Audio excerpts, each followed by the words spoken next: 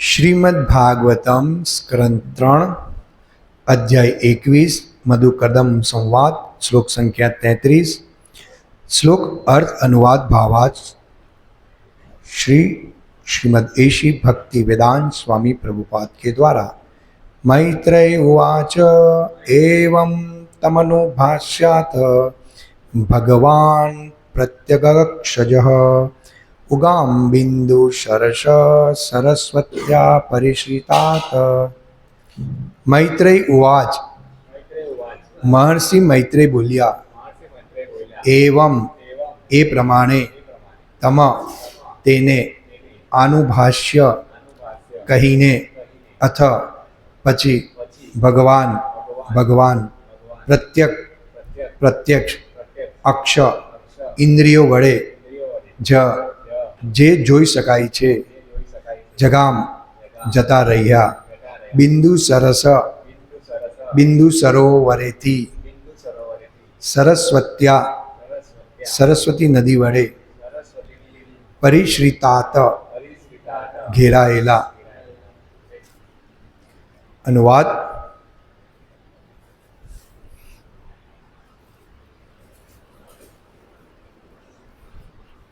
मैत्रेय ऋषिए आगळ कह्यु कदम मुनि ने आ प्रमाणे कहीने कृष्ण भावनामय इंद्रियोने ज पोताना दर्शन आपनार भगवान सरस्वती नदी थी घेरायेला ते बिंदु सरोवरथी चाल्या गया। भावार्थ। आ श्लोकमानो एक शब्द बहु महत्वनो अर्थ सूचवे छे। भगवान ने अहीं प्रत्यगक्षजः कह्या छे। भौतिक इंद्रियोने ते अगम्य छे तेम छतां तेमने जोई शकाय छे। आ परस्पर विरोधाभासी होय तेम जणाय छे। आपणे भौतिक इंद्रियो धरावीए छीए तो पण आपणे भगवानने केवी रीते जोई शकीए? ते अधोक्षज कहेवाय छे, जेनो अर्थ छे के ते भौतिक इंद्रियोथी जोई शकाता नथी। अक्षज एटले के भौतिक इंद्रियो द्वारा अनुभूत ज्ञान। भगवान एवी वस्तु नथी जे आपणे भौतिक इंद्रियोना चिंतन थकी जाणी शकाय। तेथी ते अजीत पण कहेवाय छे। ते जीतशे पण तेमने कोई जीती शकशे नहीं तो पछी ते हजी पण जोई शकाय छे? एनो अर्थ शो? एवी स्पष्टता थई छे के कोई कृष्णनु दिव्य नाम सांभળી शके नहीं, तेमना दिव्य रूपने कोई समझी शके नहीं अने तेमनी दिव्य लीलाने कोई आत्मसात करी शके नहीं। आ शक्य नथी। तो पछी तेमने जोई अने जाणी शकाय छे ए केवी रीते शक्य छे? જ્યારે મનુષ્ય ભક્તિ યોગમાં કેળવાય છે અને તેમની સેવા કરે છે ત્યારે ધીમે ધીમે તેની ઇન્દ્રિયો ભૌતિક સંસર્ગ દોષથી શુદ્ધ થાય છે। એ રીતે જ્યારે મનુષ્યની ઇન્દ્રિયો શુદ્ધ બને છે ત્યારે તે જોઈ શકે છે, જાણી શકે છે, સાંભળી શકે છે વગેરે। ભૌતિક ઇન્દ્રિયોની શુદ્ધિ અને કૃષ્ણના દિવ્ય નામ રૂપ તથા ગુણની અનુભૂતિ એ સર્વનો સંયોગ જેનો અહીં ઉપયોગ થયો છે તે એક જ શબ્દ प्रत्यग अक्षज में जोवा मळे छे। ओम अज्ञान तिमिरधान्यस्य ज्ञानांजनशलाकया चक्षुरुन्मीलितमेन तस्मै श्री गुरुवे नमः। वंदे अहम श्री गुरुः श्रीयुतपदकमलं श्री गुरुन् वैष्णववाच। श्री रूपं साग्रजातं सहगण रघुनाथावितं तं सजीवनं साद्वैतं सावधूतं परिजन सहित कृष्ण चैतन्य देवं श्री राधा कृष्ण पादान् सहगण ललिता श्री विशाखाविन्दान च। हे कृष्ण करुणा सिंधु दीनबंधु जगतपते गोपेश गोपिका कांत राधा कांत नमस्ते। तप्त कांचन गौरांगी राधे वृंदावनेश्वरी वृषभानु श्रुति देवी प्रणमामि हरिप्रिये। वाञ्छा कल्पतरुभ्यश्च कृपा सिन्धुभ्येव च पतितानां पावनेभ्यो वैष्णवेभ्यो नमो नमः। श्री कृष्ण चैतन्य प्रभु नित्यानंद श्री अद्वैत गदाधर श्रीवासादि गौरभक्तवृंद। हरे कृष्ण कृष्ण कृष्ण हरे हरे हरे राम राम राम हरे हरे। हरे कृष्ण।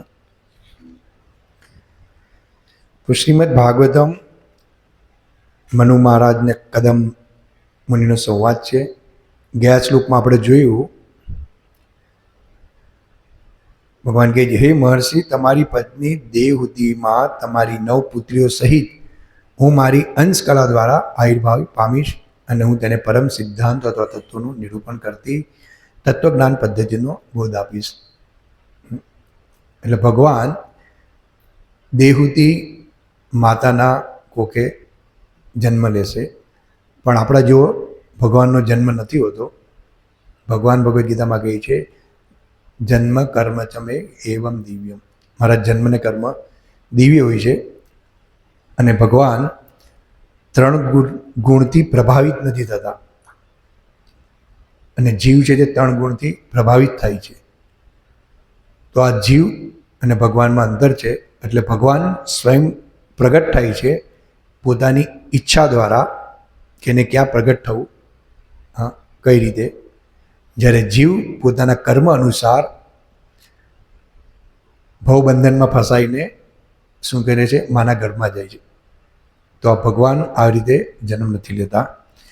એટલે શ્વાંસ કલતે શબ્દ અહીંયા સહામ શ્વાંસ કલયા આ ગયા શ્લોકમાં. એટલે ભગવાન પોતાનો વિસ્તાર કરે છે.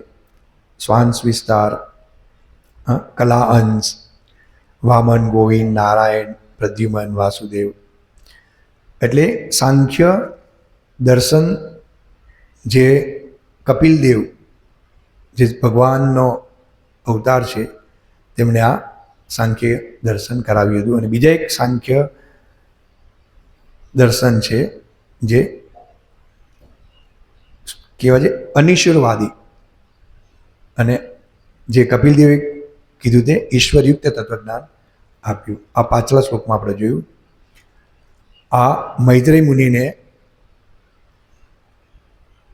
ભગવાન દર્શન આપે છે, મનુકદમ સંવાદ થાય છે, અને ભગવાનનું રિયલાઇઝ કરે છે. અને મૈત્રેય મુનિ કદમ મુનિનો આ સંવાદ બહુ દિવ્ય છે. તમે સમજો, જે આપણને ભગવાનની અનુભૂતિ કરાવે છે. આ લોકોનો સંવાદ સાંભળે છે, જે રીતના આપણે ભગવાનની સેવા કરીએ છીએ, આપણે રિયલાઇઝ કરે છે કે આ જે પણ હું કાર્ય કરી રહ્યો છું ભગવાન માટે કરી રહ્યો છું. આ ઇન્દ્રિયો આપણી શું કરે છે, કૃષ્ણ ભાવનામય છે, જેથી કરીને આપણે જે પણ કાર્ય કરી રહ્યા છીએ તેમાં આપણને ભગવાન શ્રી કૃષ્ણનું રિયલાઇઝ થાય છે કે ભગવાન સાક્ષાત છે, એની સાથે મારો શાશ્વત સંબંધ છે. જીવે સ્વરૂપે નિત્ય કૃષ્ણદાસ, અને હું ભગવાનની સેવા કરી રહ્યો છું. તો આ રીતે જ્યારે ઇન્દ્રિયો શુદ્ધ થાય છે ત્યારે જ ભક્તોમાં આ ભાવ પ્રગટ થાય છે, જીવમાં આ ભાવ પ્રગટ થાય છે. હવે અહીંયા આ શ્લોકમાં કહી છે, મૈત્રી ઉવાચ એવમ તમનુ ભાષ્યાથ ભગવાન પ્રત્યગક્ષજ.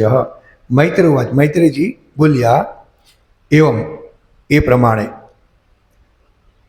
ભગવાન પ્રત્યગક્ષજ. ભગવાન પ્રત્યક્ષ એટલે પ્રત્યેક એટલે પ્રત્યક્ષ. ભગવાન પ્રત્યક્ષ મૈત્રેય કદમ મુનિ સામે છે. અને કહે છે અક્ષજ પ્રત્યક્ષ ગક્ષજ. ભગવાનનું નામ છે અધોક્ષજ. અધોક્ષજ કે ભૌતિક ઇન્દ્રિયો દ્વારા ભગવાનને જોઈ શકાતા નથી. એટલે આ શ્લોકમાં અહીંયા ઇન્દ્રિયો વિશે જોર આપવામાં આવ્યું છે. ભગવાનનો એક શબ્દ છે અધોક્ષજ, પ્રત્યક્ષ અધોક્ષજ. અને ભગવાન કઈ રીતે કદમ મુનિને આશીર્વાદ આપી, દર્શન આપી, અને જગામ બિંદુ સરસ્વત્યા પરિશ્રિતતાત. જગામ દર્શન એટલે જગામ એટલે જતા રહ્યા. બિંદુ સરસ એટલે બિંદુ સરોવરથી જ્યાં કદમ મુનિ તપસ્યા કરતા હતા. સરસ્વત્યા એટલે સરસ્વતી નદી વડે આંધી જે ઘેરાયેલા હતા, પરિશ્રિતાત એટલે ઘેરાયેલા. એટલે ભગવાન જે રીતે એમના વાહન ગરુડ પર આવેલા હતા એ રીતે પાછા ગરુડ પર ભગવાન જતા રહ્યા. અને કહેવાય છે ગરુડની 2 પાંખમાં સામવેદ હોય છે, એ આગળના શ્લોકમાં આવશે. અને એમાંથી શ્લોકનું ઉચ્ચારણ થાય છે. જ્યારે જાય ત્યારે એ વેદો ઉચ્ચારણ કરે, એ આગળના શ્લોકમાં આવશે. તો અહીંયા કહે છે કે આ શ્લોકમાં એક શબ્દ બહુ મહત્વપૂર્ણ અર્થ સૂચવે છે કે ભગવાને અહીં પ્રત્યગક્ષજ કહ્યા છે. ભૌતિક ઇન્દ્રિયો તે અગમ્ય છે. ભૌતિક ઇન્દ્રિયો અને શુદ્ધ ઇન્દ્રિયો, જે જીવ છે, અને જ્યારે બદ્ધ જીવ આ ભૌતિક જગતમાં આવે છે ત્યારે અશુદ્ધ હોય છે. દરેક, કારણ કે સકામ કર્મ અને ભોગની ઈચ્છા દ્વારા જીવ આ જગતમાં આવે છે, એટલે પોતે ભોગ કરવા માંગે છે, અને એ ઈચ્છાથી જ્યારે જીવ આ જગતમાં આવે છે ત્યારે દરેક ઇન્દ્રિયો એની શું હોય છે? અશુદ્ધ હોય છે. અશુદ્ધ એ માટે હોય છે કારણ કે ભોક્તારામ યજ્ઞ તપસામ, દરેક વસ્તુના ભોગતા ભગવાન છે. અને આપણી દરેક ઇન્દ્રિયો આપણને શું કહે છે કે ભોગતા તમે છો, તમે પણ ભોગ કરો. અને આપણી ઇન્દ્રિયો આપણને શું કહે છે કે તમે કેમ ભોગ કર્યા કરો છો? સુંદર સુંદર સ્ત્રીનો ભોગ કરો, ગાડી, સારી સારી ગાડી, મહેલો, રૂપિયા, પૈસા. આમાં જે આનંદ છે તે બીજામાં આનંદ નથી. આ સર્વશ્રેષ્ઠ આનંદ છે. અને તમે જ ભોગતા છો, તમારા સિવાય કોઈ વિશેષ ભોગતા નથી. આ રીતે આપણી ઇન્દ્રિયો અશુદ્ધ છે. અને ભગવાનનું વિસ્મરણ થઈ જવાથી આ ઇન્દ્રિયો શું કરે છે? ભોગ ભોગવવામાં રહેલી હોય છે. પ્રભુપાદ એક તાત્પર્ય મેં કહી છે, હું ભૂલી ગયો.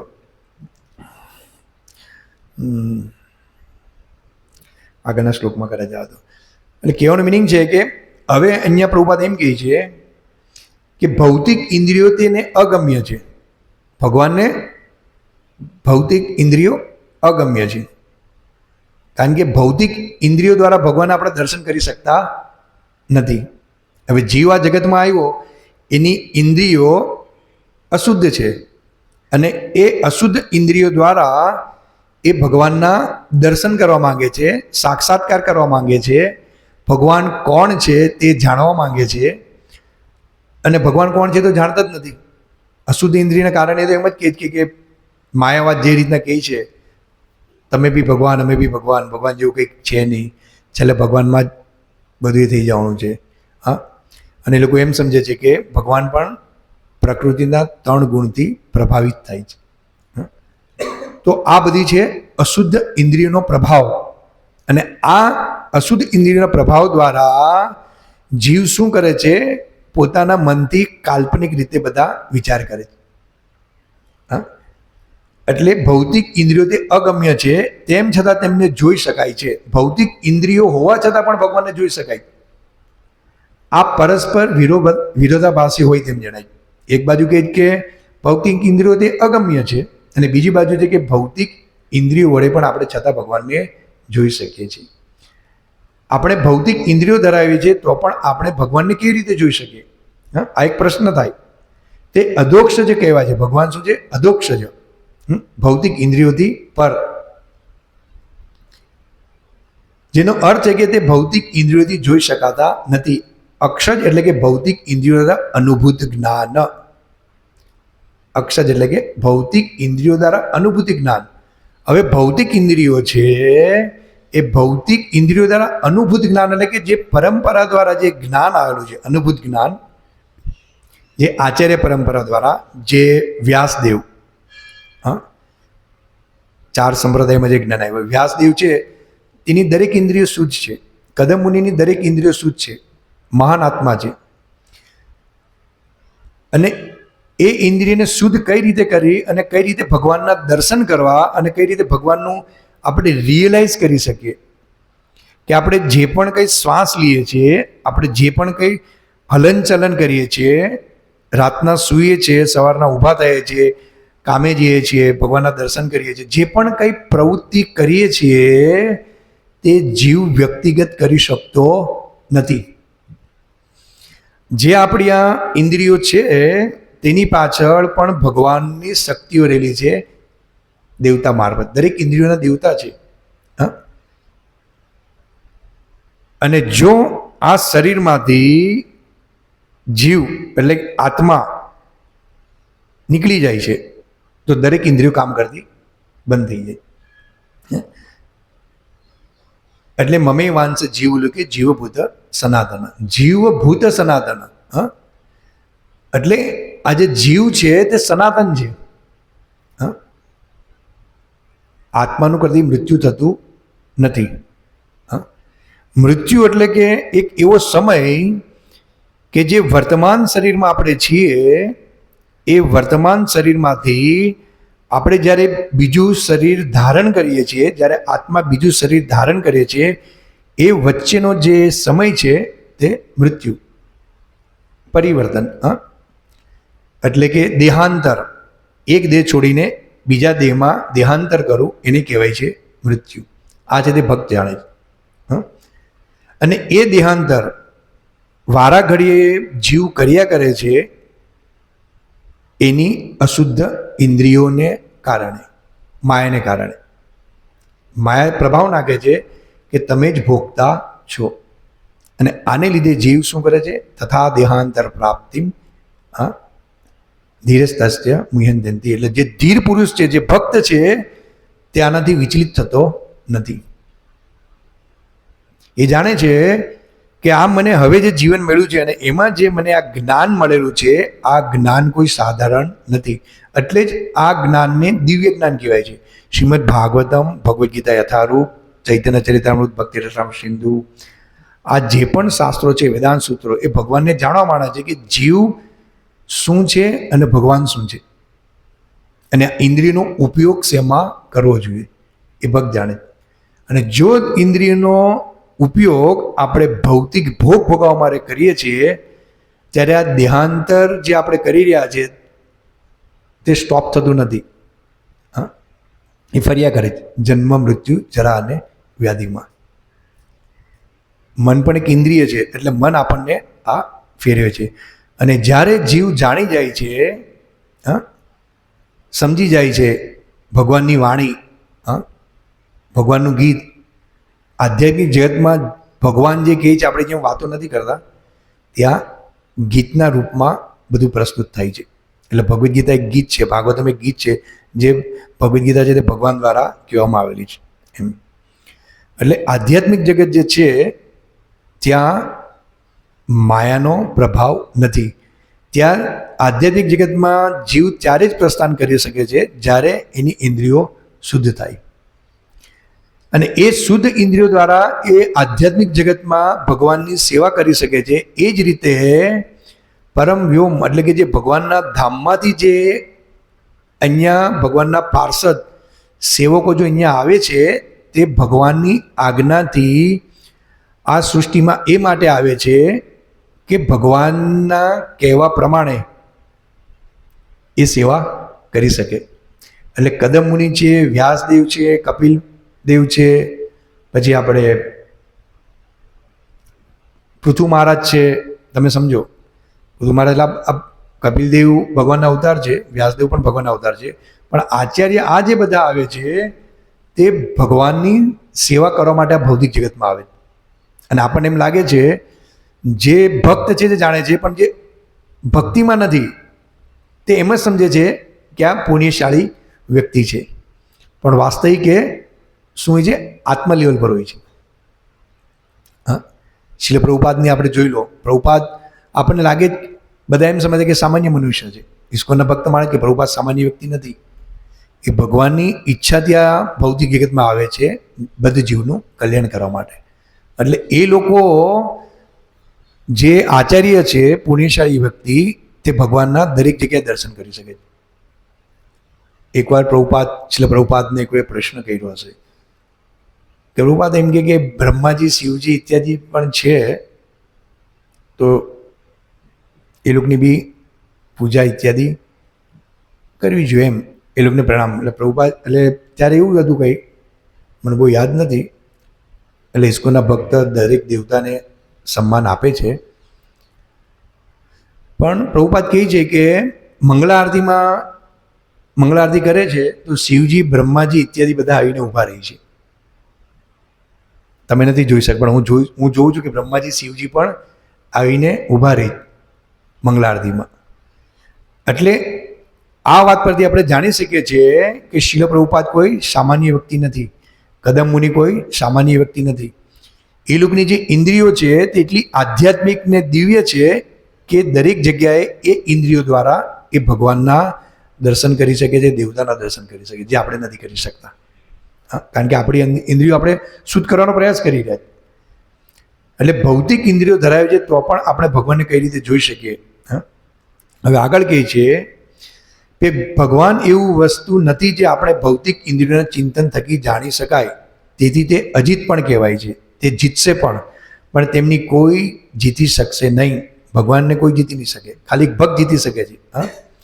ભગવાનને પકડવા અસંભવ છે. જેમ યશોદા માતા ભગવાનને બાંધવા માટે, પકડવા માટે કેટલા દોડેલા, અને પછી ભગવાન જાણે છે કે અમારા ભક્ત છે, મારી માતા છે, એ રીતે ભક્તના વશમાં ભગવાન સ્વયં થઈ જાય. આ રીતે જ્યારે શુદ્ધ ભક્ત હોય છે તે રીતે ભગવાન શું કરે છે?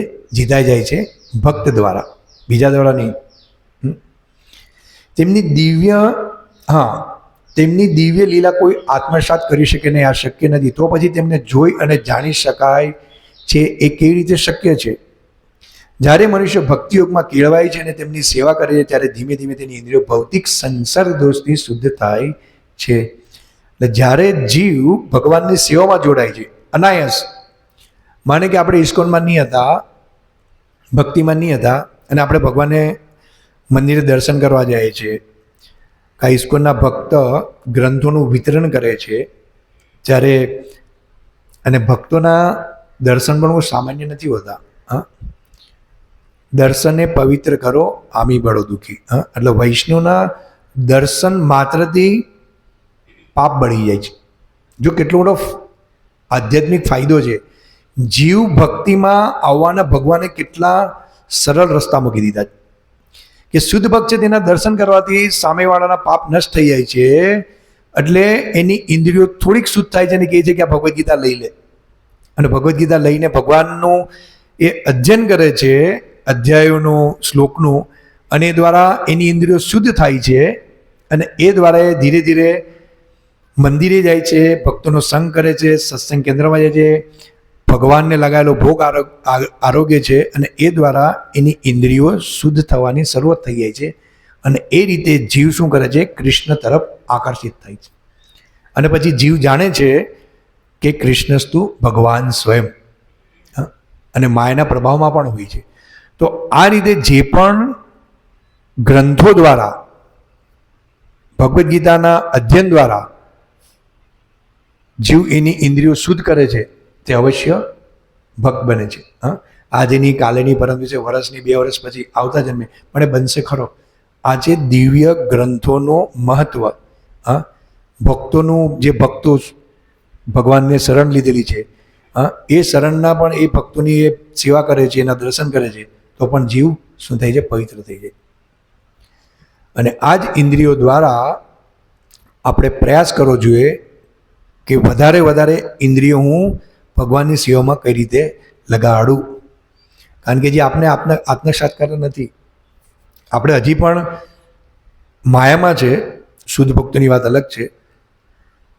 વિશેષ કરીને હું અહીંયા બેઠો છું તો આ રિયલાઇઝ કરું છું, કારણ કે જો ઇન્દ્રિયો સંપૂર્ણ રીતે શુદ્ધ થઈ ગઈ હોય તો આપણે એક પણ દિવસ ભગવાનની મંગળ આરતી વગર, ભગવાનની સેવા વગર, અને ભૌતિક જગતનું જે કાર્ય છે તે આપણે સંપૂર્ણ છોડી દીધું હોય.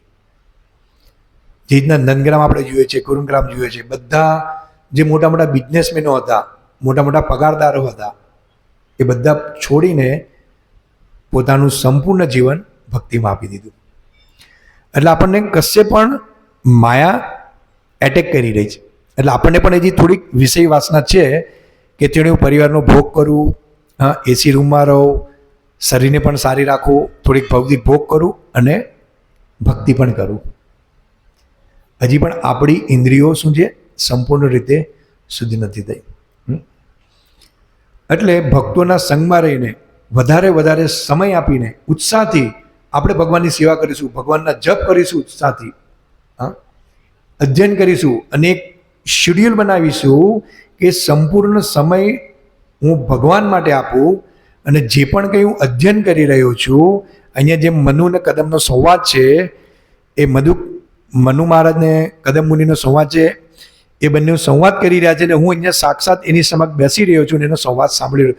આ જ્યારે આપણને રિયલાઇઝ થાય છે અને એનું અનુસરણ આપણે કરીએ છીએ કે આ રીતે આપણે કરવું જોઈએ, તો આપણી ઇન્દ્રિયો અવશ્ય શુદ્ધ થશે, સંપૂર્ણ શુદ્ધ થશે.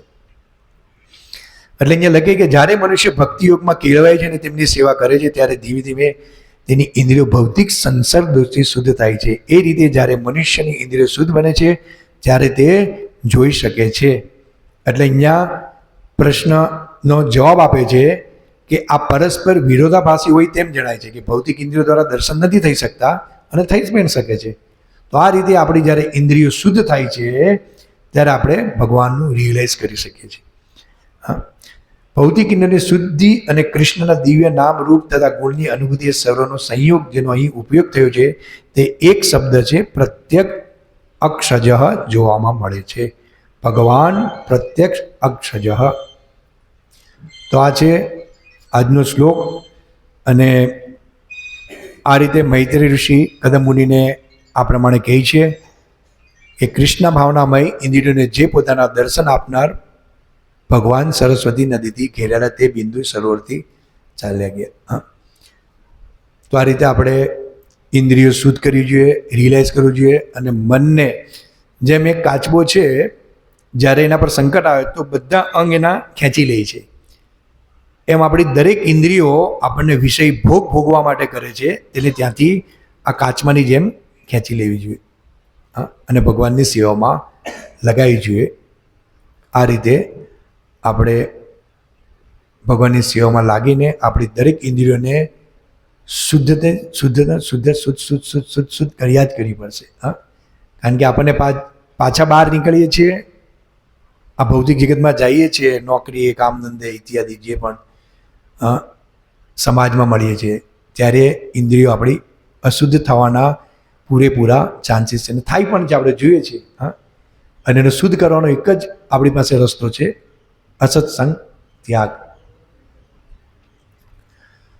તો આ શ્લોકમાં આપણને આ જાણવા મળે છે કે ઇન્દ્રિયોથી હંમેશા આપણે સાવધાન રહેવું જોઈએ, અને એ ઇન્દ્રિયોને સાવધાન રાખવા માટે હંમેશા આપણે ભગવાનનું સેવા કરવી જોઈએ, ભક્તોનો સંગ કરવો જોઈએ, અને હંમેશા ભગવાનનું સ્મરણ કર્યા કરવું જોઈએ. હરે કૃષ્ણ. શ્રીમદ ભાગવતમ કી જય, શ્રી પ્રભુપાદ કી જય. વાંછા કલ્પતરુ.